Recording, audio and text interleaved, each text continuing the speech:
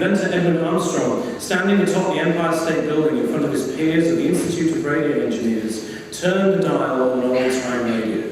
The familiar noise of static and interference, chopping and hissing as his dial skipped through the wavelengths, echoed out across the packed room. Suddenly, amid the noise, silence, as the radio locked onto a station so clear it appeared silent. Then a voice spoke on air. This is amateur radio station 2Y2AG at Yonkers, New York, reporting on frequency modulation at 2.5 meters. The voice and the subsequent sound of the water being poured into a glass, the sound of paper being crumpled, were all emanating from a studio 17 miles away and had been deliberately organised by Armstrong to demonstrate a brand new technology called frequency modulation, or FM, which he had discovered and patented 4 years previously. With clarity and immediate realism never before demonstrated or experienced in that medium, FM technology was the most obvious and beneficial user-impacting technology improvement since the invention of the entire radio technology. It is this reason we have high-quality recordings in the BBC archives as far back as we do. It made radio more credible for the medium of music, and it actually uses less power and generates less static for higher quality output. And perhaps the story should have ended there. Evidently, the invention was a good thing, general improvements of a widely shared system. However, at the time of his invention, Armstrong was working for RCA. RCA was one of only a few handfuls of companies that owned 1,000+ radio stations already running on the AM wavelength in 1935 in the United States. David Sarnoff, RCA's president and one of Armstrong's friends, had set Armstrong about the task of creating a filter for the static that had plagued AM technology. When Armstrong's discovery was demonstrated, Sarnoff commented,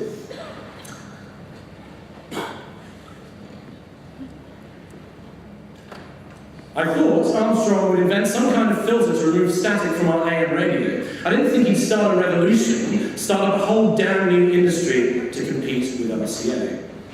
FM was a superior technology, but instead of embracing this technology, RCA's dominant profit earner was in AM, and Sarnoff saw to it that it would stay that way for as long as possible. In the words of Lawrence Lessing, Armstrong's biographer, the forces for FM, largely engineering, could not overcome the weight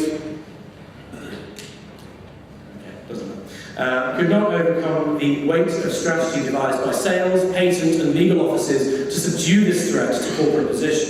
For FM, if allowed to develop unrestrained, posed a complete reordering of radio power, and the eventual overthrow of the carefully restricted AM system on which RCA had grown to power.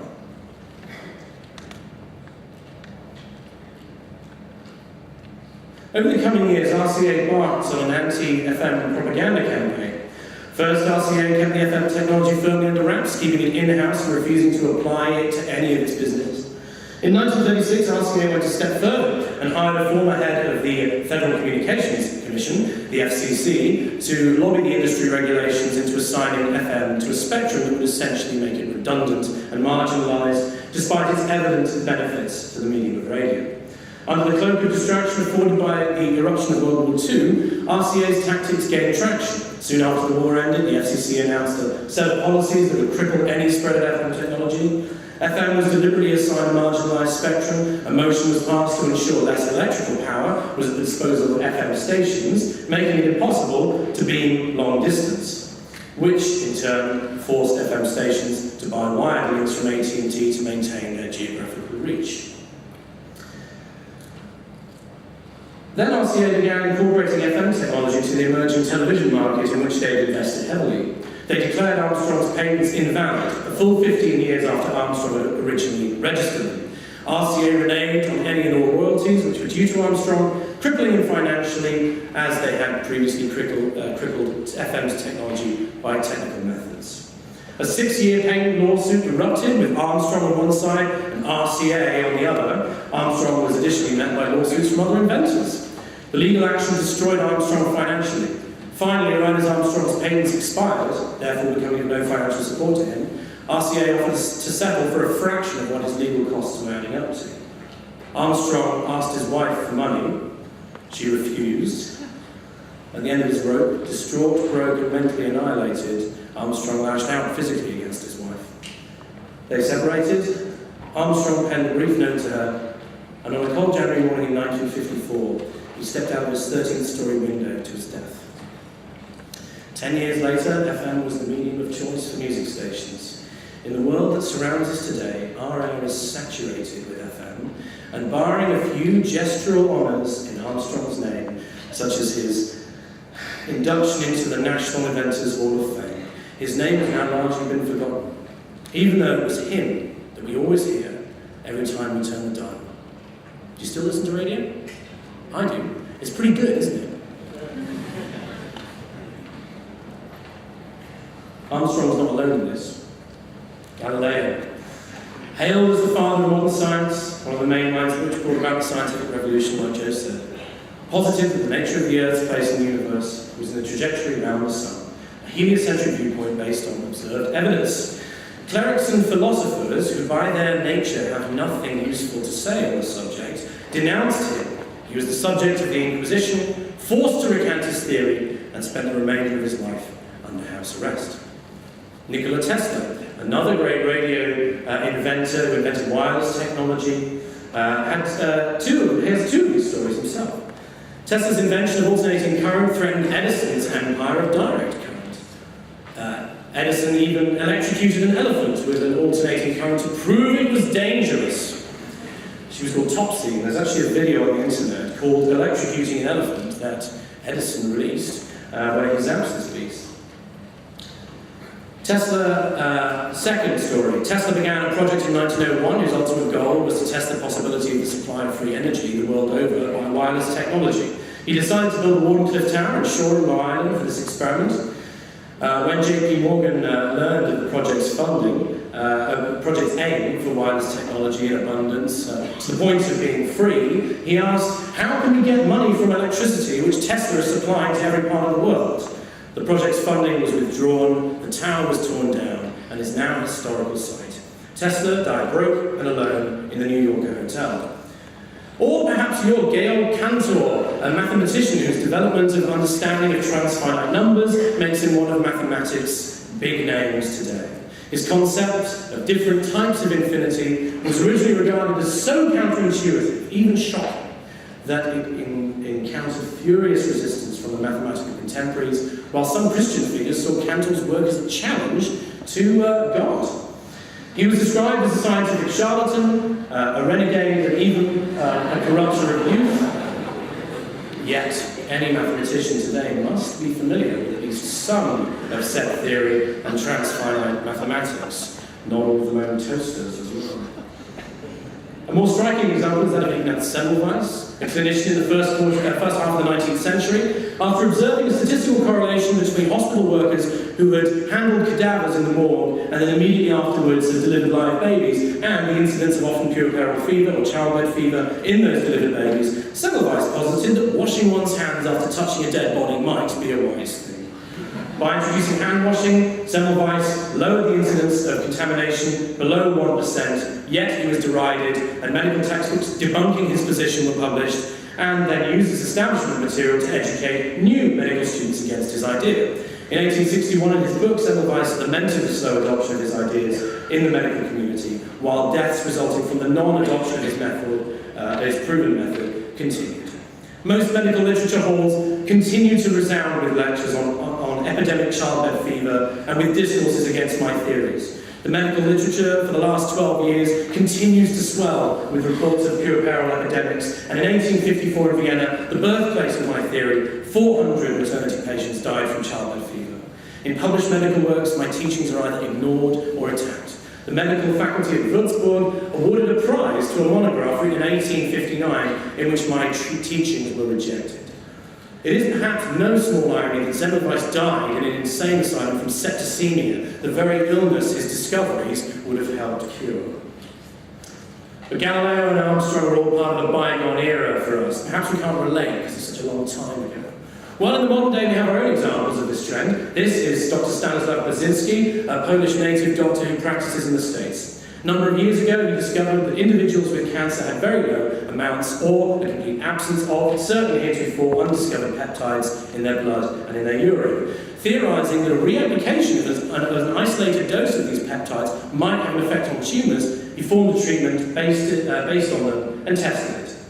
Remarkably, Brzezinski's theory proved right.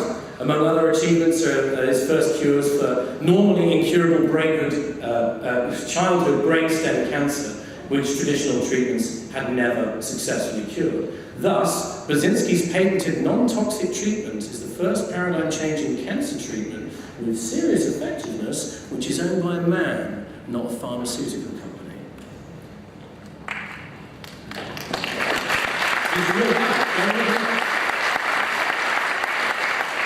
It is then perhaps no small surprise, given what we saw in Armstrong, Tesla, Semmelweis and so on, that Brzezinski, instead of being funded, enabled and celebrated, was vilified as a pea doctor, a quack and a fraud. He was taken to the Texas Supreme Court 6 times, despite the acknowledgement in the court that the treatment was non-toxic, and even with the admission that the trials weren't even about the effectiveness of the treatment. The National Cancer Institute finally ran their own controlled trials on his treatment, watering down his recommended dosages 200 times so they wouldn't work. Just imagine if the $5 billion that were thrown annually at the cancer industry were even fractionally made available to doctors like Brzezinski. In the intervening years, Brzezinski is still battling to have his cancer treatment accepted. Meanwhile, one can only reflect on the untold lives cut short, slowly and violently, while the FDA and the Texas Medical Board, the guardians of the status quo, do everything they can to limit the spreading of a treatment they cannot profit from, and for which only Brzezinski holds the patent. American consumers spend $90 billion annually on cancer treatments. Brzezinski's case is unusual in that he is still alive. Ladies and gentlemen, this leads me to conclude that we do not live in an advanced society. And with this small percentage of examples examined, what are the governing mechanisms that prohibit paradigm shifts within society, be they technological, ideological, or cultural? Having established their root causes, what is the change that needs to occur in our attitude? And how does that change in our attitude to what is important then change the social structures we're surrounded by? The goal is to expose the underlying mechanisms that govern this pattern. We are quite certain it's not dictated by RCA's David Sarnoff, or the medical practitioners of Semmelweis's day, or the Brzezinski's, or the Galileo's ruling church fathers. These individuals are also players on this stage, their actions aligning with an unspoken set of values generated by the nature of the common landscape in which they have found themselves across the ages.